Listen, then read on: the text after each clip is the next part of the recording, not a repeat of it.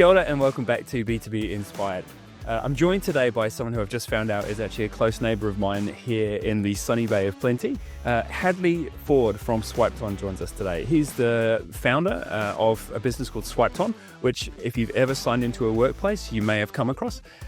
It's been a fantastically exciting journey for SwipedOn over the years, starting from a business that Hadleigh founded here to one that's gone through a round of acquisitions. So we are here to learn about the thrills, spills, and everything in between of your journey. Hadleigh, welcome. Cool. Thanks, Dale. Stoked to be here. And really stoked to hear you just down the road as well. Yeah. Yeah. So for the viewers at home, we were just talking about, they were just doing the background piece about, where are you from? And it turns out we both live on the same street, which is, it's a small world. Doesn't surprise me at all. Yeah. Honestly.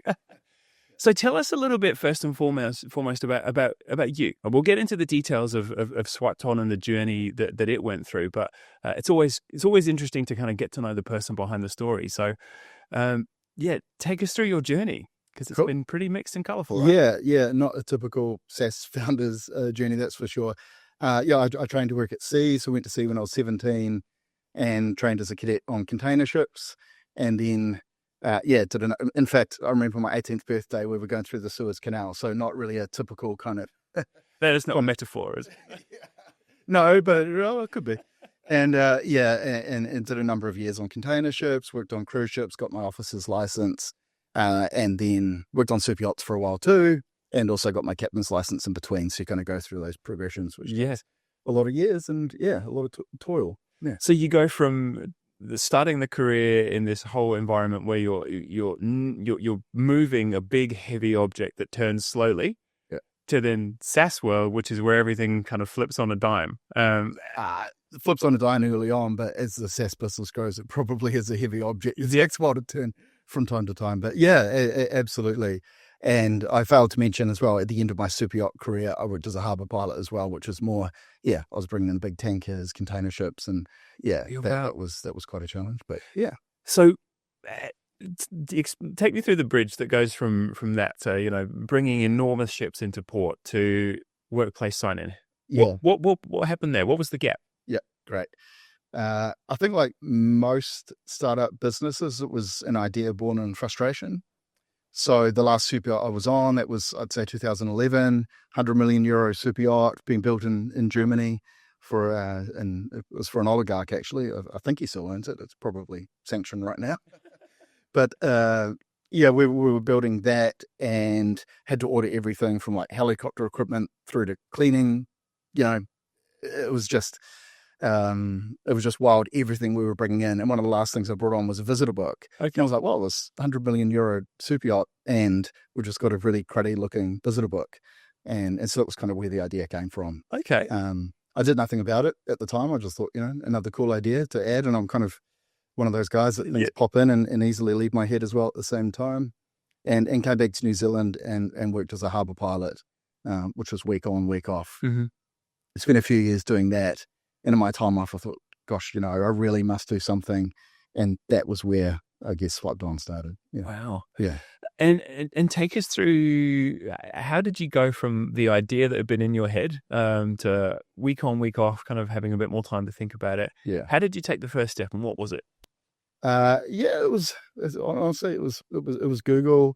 I don't have a technical background and look, I don't have a business background as well. Obviously, so I just jumped on Google and looked up app developers in New Zealand and found a company in Auckland to kind of outsource that first version. Okay. Okay, so you brought someone in for the first sort of like MVP, the viable product. Yeah. Okay.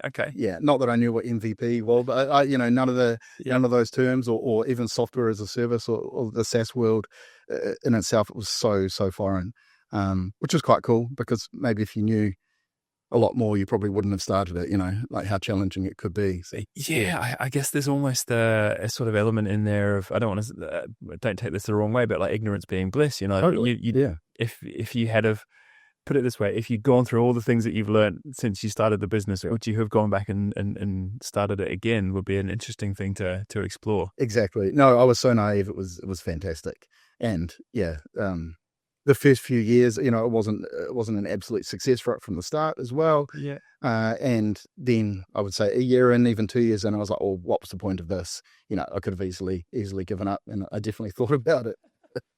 Yeah. So how did you go about recruiting the first customers? Cool. So I stuck with the world that I knew, which was the super yacht world. Yeah. And I built it with myself as, say, a super yacht captain or chief officer kind of mindset. And when it was live and out on the App Store, I put some media out in industry publications and went from there.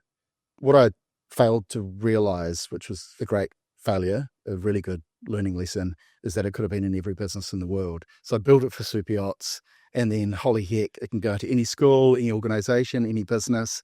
Okay, I'm probably onto something. But early on, it was just for super yachts. And the first yacht that signed up was Steven Spielberg's super yacht. So I thought that was quite cool. It's like, how's that for customer one? I know. And then, even if the business wasn't a success, in my head, having that on Steven Spielberg's super yacht made it a success and worth it. Absolutely. Yeah, just the little wins. What's the boat called? Sorry, the yacht. I think it's Motor Yacht 7 Seas. I'm pretty sure. Okay. Yeah. That's cool. Yeah. Well, I find that really interesting to hear that you say that you kind of just started off in the space that you knew. How far into that journey was it before you kind of really had that realization that actually, shit, there's a lot of people that could use this? Oh, like weeks. Really? Yeah. Okay. And because I put it on the App Store, went live in 2013, I think the proportion of downloads was probably proportional to where the iPads were, because it was on the iPad App Store. Yeah. And I don't know, half or more would have been in the US. We just got all these downloads from the US, and then started to speak to customers or potential customers, and just realized the addressable market was ridiculously huge. Enormous. Yeah. So, how big did the company get in terms of staff, in terms of customer base? Cool. The story, there's a bit of a TLDR. I could do a Christopher Nolan directed movie from start to finish, but we got to just under 50 staff and about just under 13 million of ARR, annual recurring revenue, when we sold last year. Okay. And the reason I can put those numbers out there is because we were part of a public company, which is another story. Well, I can happily tell you. Yeah. For some time, so our numbers were out, every quarter, every 6 months. Yeah. And you've been acquired twice, is that right? Yeah, that's right. Yeah. So 2018, we grew the business to a bit over $1 million of recurring revenue. So there's, that first $1 million is always the hardest. Absolutely. A lot of toil and turmoil to that point. And then we had an approach from a UK listed company that specialized in software. It was a small business, will probably be termed as a micro cap nowadays. And we ended up selling to them, and the transaction was cash and shares. So the thought in my head was it was a positive in the ability to take some cash off the table and do some cool things, and for me and the early employees too, and then also to have skin in the game as the business grew. So we traded publicly from 2018 until last year in May 24. Okay. And the second acquisition? Yeah. So we had 5 years as that public company, and we probably represented, I would say, 15% of the market caps of the total value of that public company when we were first acquired. Yeah. And then just due to disposals, capital raising, a few other things which were, just the public company journey, we ended up at the end being, 90% of the market cap of the value of that business. Wow, okay. And we weren't really trading at a great multiple for what the underlying business was, because SwipedOn was under a parent company, and in the end we caught the attention of private equity acquirers, and we had a bid come in that was probably 100% over the weighted share price. Yeah. And then another private equity fund also saw that the first one had bid and there was good value in there. Okay. And we had a couple of bidders on the public market, which was such a phenomenal exercise to go through, and what can be disclosed and what couldn't. It was just a fantastic learning. And then in the end, we sold for about 160% over what the share price had been before the first offer came through. Wow. But we were materially undervalued when the first offer came through. Yeah. So it was wild. So was all going through the public space as well. So it would have been like watching the news updates on what the market values your baby as being. Absolutely. Wow. Yeah, absolutely. What an experience. Yeah. Well, it was a great experience. And, that's, I guess, what was driving me or kept me interested, because I'm still in the business today, is constantly learning. And, not everything that's positive is a learning thing as well. There's a lot of really positive things you learn from, but also a lot of negative things as well. So, but it's a lot of fun, and that's business. And Wow. So, I mean, going from the first idea to $1 million of annual recurring revenue up to 13 and then beyond. I mean, a business is turning over 13 million bucks annually.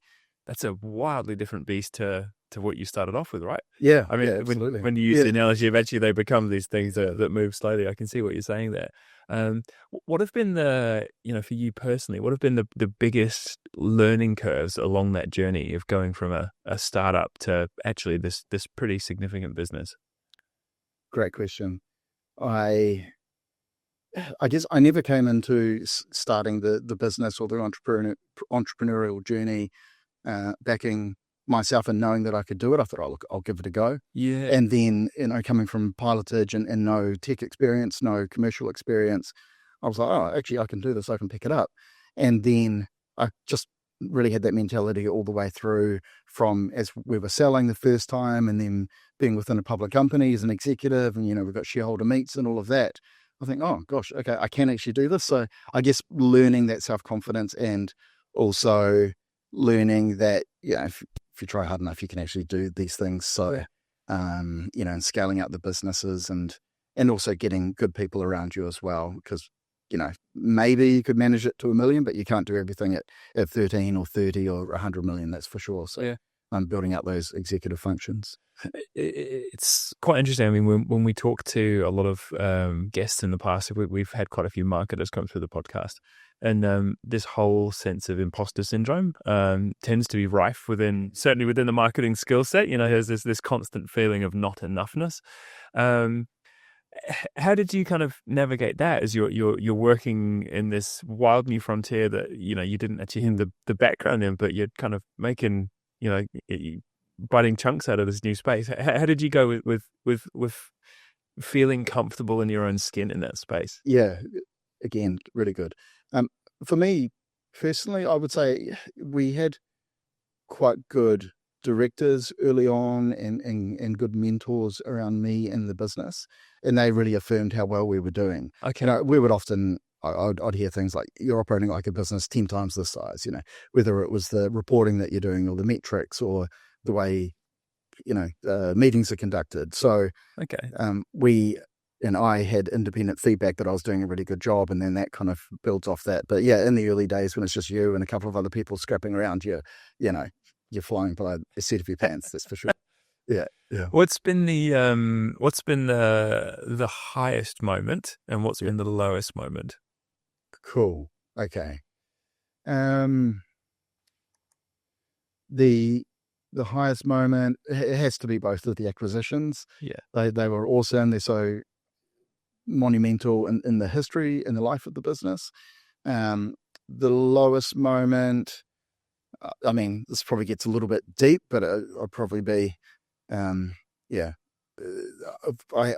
back in 2016, so I was 3 years into the business journey, I had cancer, which, I've spoken about a little bit. So that was a bit of a low, but, built through that. I'm perfectly healthy and fine now, but I kind of had 6 months off pilotage, and in between I was still doing a bit of work, building SwipedOn. So that was probably the low point. But then other than that, it's been fun. It's been super, super fun.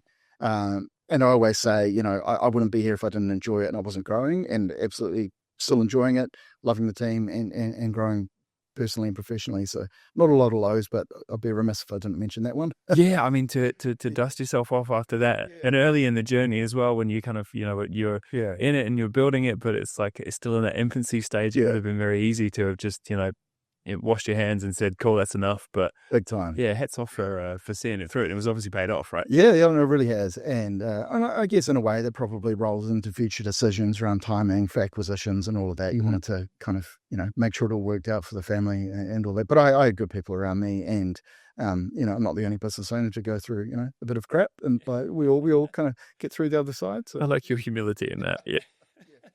Yeah. So starting from super yachts to then basically any business establishment, or even establishment generally speaking, anything that has a door that people need to kind of register on their way in through. Yeah. How do you kind of orientate yourself to those different customer groups and the different needs that you kind of needed to serve? Or are they all relatively ubiquitous?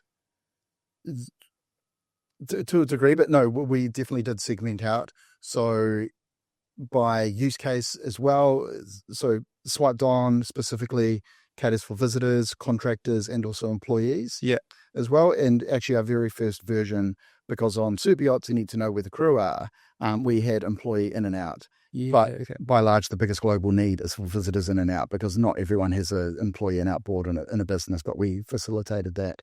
And then nowadays with super smart tech, there's geofencing, and then it rolls into health and safety, who's on site. So we certainly through the website, we'd take people on the journey, but the focus absolutely was and is today visitor management. And we've broadened out because as a SaaS business and any great growing business, you want to kind of land and expand.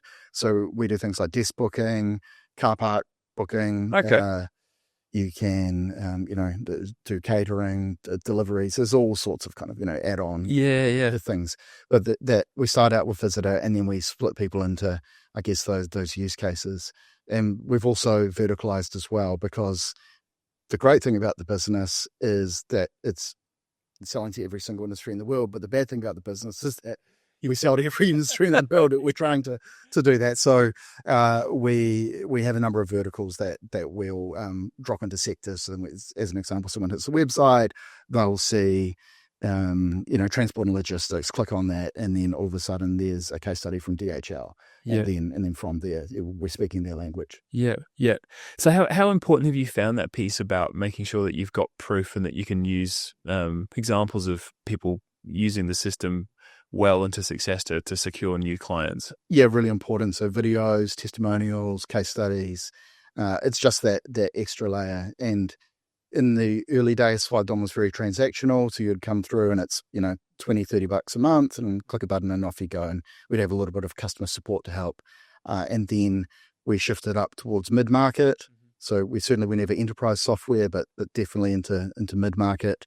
And then from there, people expect, a bit more of a consultative sale, and to have assets that speak to them is fantastic. So we rolled a sales team in about 2017, 18. Okay. But up to that point, it was all just transactional online. Click and go, the vein.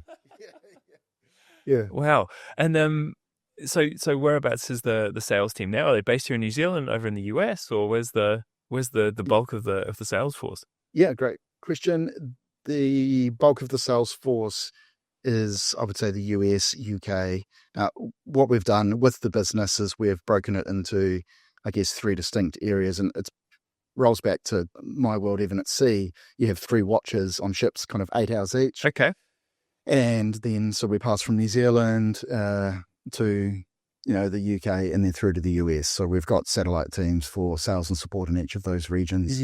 As well, and have built up that. I mean, it sounds from what you're saying like it was almost sort of global from day one, in terms of easy to buy the software, easy to kind of get the early versions installed. But what have been the lessons along the way? I mean, let's say that you're sitting in that couch talking to me, and I'm a SaaS founder, and I've got Australia in my sights. I've got maybe the UK, maybe the US. What advice would you give to that person who's looking to broaden their horizons beyond the New Zealand borders? Great. Yeah, we really did have the benefit of being US first from the start. Yeah. And as I said earlier, I wonder whether it was proportionate to where the iPads were, because that was the channel using the App Store, and we had good App Store optimization. If that makes sense. And advice that I would give, I mean, I personally would tackle the US as soon as I could, depending on the product and if it's possible. I do get the APAC approach, and then maybe the UK, and then maybe the US. I personally feel it takes a bit long, but maybe we just struck it really lucky into the States, because I've heard from other founders that it is a tough nut to crack, but we did a really good job, and well over when we sold, over 50% of our revenue was in the US. It was in the US. Okay, that's interesting. So that advice would be to go there early and not be afraid of going into the market. And if it doesn't work, then of course you've got New Zealand and Australia to keep working and go again. Come back and refine and have another crack. Absolutely. Yeah. Which is the hardest market to deal with? Oh, we've gone into some very interesting markets.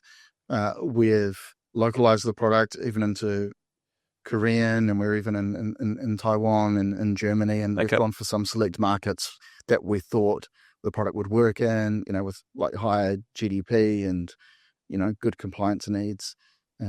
We probably never quite had the UK humming as we thought we could or should have. Mm-hmm. And then the funny full circle story here is that there was a competitor that was extremely strong there and stayed very transactional, whereas SwipedOn shifted up to mid-market, and that competitor was called Sign an App. Yeah. And the private equity group that acquired us also owned Sign an App. Okay. So now we are merging with that business at the moment. So and then they absolutely dominated within the UK and have done fantastically globally as well. But they really own that UK market, and they're based in the UK. Okay. Yeah. Now, I guess it would be remiss of me to not ask this question when we look at the nature of what you do, like signing people into places that they're visiting. How were the COVID years? Did that extra compliance piece bolster things, or did it just get straight in the way of it? It bolstered it hugely. Okay. Yeah. So there are a couple of factors there. Yes, everyone needed to know who was on site, and then contact tracing and things like that, which our system just offered out of the box beforehand. So we just had to change the terms, and even things like capacity limits as well, which were in place then. So you needed to know who was on site, and even things like desk booking. We could say, who was in which day, and then also, splitting people if they have to have a desk apart. All of that stuff was taken care of. The biggest pivot was making everything contactless as well. So it forced a big shift to people's mobile phones, which we were planning to do anyway. Yeah, okay. So that was the big thing. And then the other part that we benefited from was, as a public company, our share price just went wild because investors identified that, we were an opportune place for that. So yes, at the start we were like everyone, holy shit, what's happening here? But then after that we fell into our groove and we did some phenomenal numbers over COVID.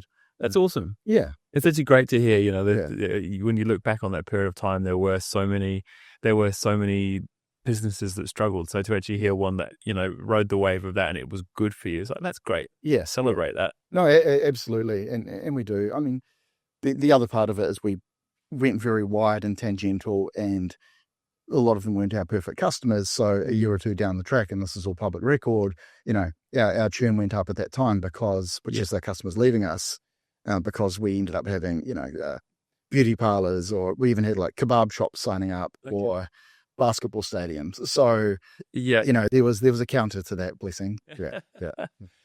Now, I'm really intrigued because obviously, I sit in the marketing camp over here, and whenever we look at a business-to-business industry, one of the things that I always want to try and get my head around is, what's the trigger to buy? Like, what is the actual impetus that puts someone in market to say, I need this thing? Now, are you kind of operating in a space where you're driven by like compliance changes triggering the need, or is it switching from suppliers? What's the big driver for customers to pick the phone up and talk to you? Yeah, great. I mean, the market is huge. It's still very green fields at the moment. So, we're not tuning out competitors like customers like telco or anything like that. It is all opportunity. The main reason is absolutely compliance. Mm-hmm. Absolutely. So health and safety, you think of, and health compliance over COVID as well. Yeah. Data protection. A visitor book is not, secure. You can go back and look at previous visitors through the paper-based one. So interestingly, we were somewhere a little while ago, and somebody noticed that they had that little sign-in book, and somebody had signed in. It was Dave from wherever it was, person visiting the bathroom, and it made me laugh. So, yeah. So look, all of that, and by far, yeah, we are a risk mitigation platform, so knowing who's on site. So that is by far the biggest driver, and that makes the product very, very sticky as well. Yep. And the other benefits is, obviously just process automation. Receptionists may not necessarily need to be there, or they can concentrate on other jobs within the business, or administrators. And also it looks quite cool as well to have an iPad there. It's very professional, good first impression. So I would say they're the three things, but definitely compliance is the big driver. How do you guys navigate the hardware piece? Is it just, client go and buy your own, or you guys actually have physical infrastructure you drop an iPad into, or you sell the whole thing? How does that piece work? Yeah, so within the hardware itself is relatively low margin, and if I'm honest with you, it's a bit of a pain. You're sending things out and you become responsible for it and all of that. So we obviously want to facilitate the sale. So SwipedOn had the approach of using third-party suppliers, kind of a 3PL model, which worked really well. Sign an App in the UK, who is our sister company, they had a lot of in-house. They were accredited by Apple, and were selling things and shipping them directly, which also worked really well. So I don't think there's either models better, because you make a bit more money, I would say, doing it directly, and you control that supply chain. But it is a bit of a margin drag overall. So we prefer not to run it through the books. Yeah, and I guess you've also then got the complexity of the support, the nature of support changes completely, right? Yeah. So no, I'd much rather kind of point and click in another direction as to where those customers can get them. And it's very easy set up. It's an iPad and a stand and maybe a printer if you wanted to print ID badges. Yeah, okay. So you guys just stick to your knitting in that sense. And pure play SaaS software. And the margins are typically kind of 90% gross margin for that SaaS there. So it's a wonderful model. Yeah, as opposed to the alternative. Yes, exactly. Yeah, the other side of the coin. If you could spend a month in just one department of the business, what would it be? Other than the one that you're currently in, if you were put somewhere else, where would you go? I would actually say marketing, but the marketers would tell me to bugger off. So. That would definitely is my passion as well. I mean, I love product and sales and all of that. I love speaking with customers, and I love just picking up the phone. But marketing and positioning of the product has always been a passion of mine. And from very early on, I always had this thing in my head that the best marketed software, the best looking software, is always going to beat, the most features or the most complex software through and through. So that's certainly what we've done. Now I can't not pick up on the one phrase that you've used there, which is positioning. I feel certainly as a marketer, it's one of those words that gets misunderstood sometimes. So I'd love to hear how would you define positioning in that sense? Oh gosh, no pressure. Now, I've probably misunderstood it. No, I don't. I don't think you have, from the way that you talked about it, which is why I asked the question. No, absolutely. With the positioning, and I have the fortunate angle of seeing former competitor, now a sister company, position things slightly differently and do fantastically as well. The positioning historically for SwipedOn was very user-friendly and very, I would say, intuitive and software that doesn't get in the way. Yeah. So it's just there and you wouldn't even notice you're using it. That's kind of the thing that we've got in our head. And yes, of course it is in a lot of ways a physical thing, but we tried to make it just roll into your work practices like it's not there, as opposed to, oh gosh, I must go and log into this thing and look at this thing. So that was our positioning, as I understand. Yeah, no, I like it. And what I pick up straight away there is that it answers a question that positioning should do, which is that we are positioned on things like simplicity and ease of use and integration and not getting in the way, exactly. As opposed to just like the glitzy message, which is super important as well. But very much so. I'm actually pleased you mentioned simplicity as well, because that was one of our core values. And like any of these values, the way you've seen it be successful is from being on the wall to actually the end product and how your customers talk about you as well. So Yeah. yeah. I mean, it's a thing that I think if you work just as a marketer within a business, it's a very different experience to being the person who runs the show and who has something to lose, right? Yeah. So when I hear you say things like, you can align your values with that, how do you approach that piece? Because I'm always a huge believer that if you align what matters to customers with actually what makes you tick on a way that isn't just false and just kind of matching words, that's a recipe for success. And it sounds like it's been the same for you. So how do you go about aligning the business behind the things that actually matter? Cool. I couldn't agree more.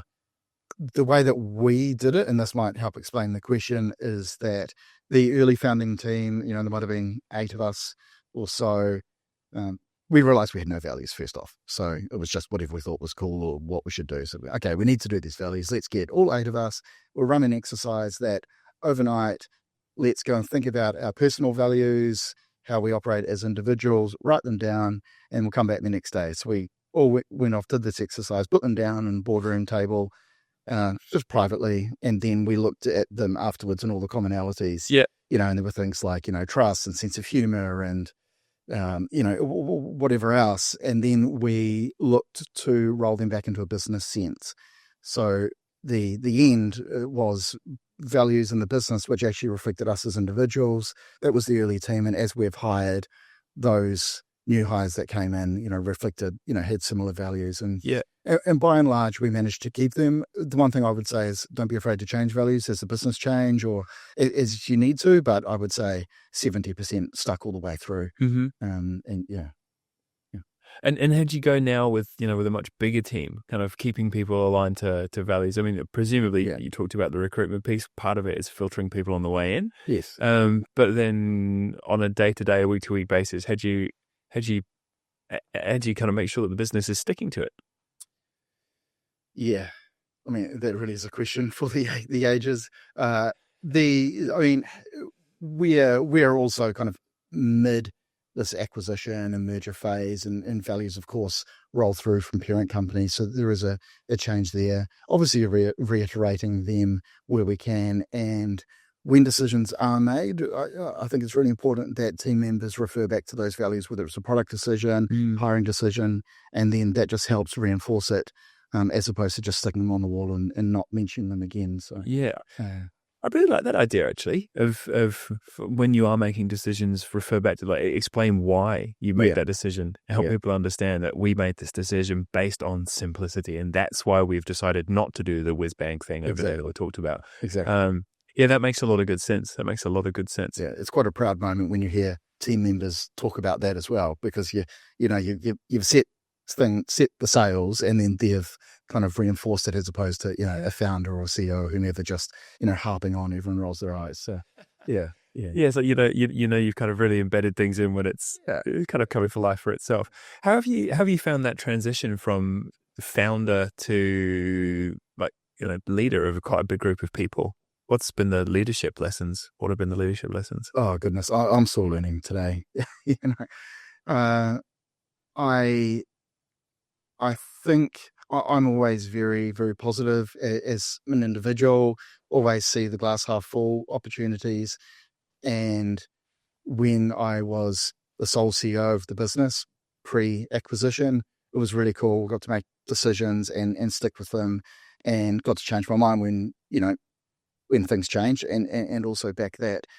Whereas as now I'm leading a larger organization as an executive within that group, but I also have the benefit of seeing decisions made from other really good, senior execs, largely in the US as well, which was quite foreign to me, having grown up on container ships to cruise ships and in super yachts and then all the way through. So I just see it as another learning opportunity to see, some really good operators within private equity. That's really cool. Yeah, it's a really good lens on it. I like that. How do they find the New Zealand culture? Like when you're dealing with people in the US, how do they find Kiwis? Yeah, they really like it. They like us.